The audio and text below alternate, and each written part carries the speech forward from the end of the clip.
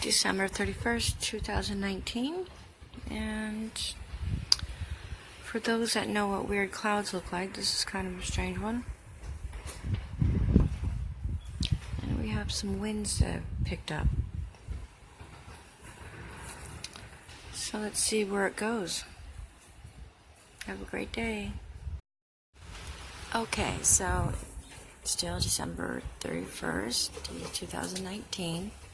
And it's about 15 minutes later, and the cloud hasn't moved with the amount of wind that is picking up.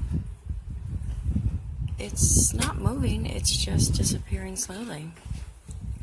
So, always makes you wonder exactly what is up there in the skies.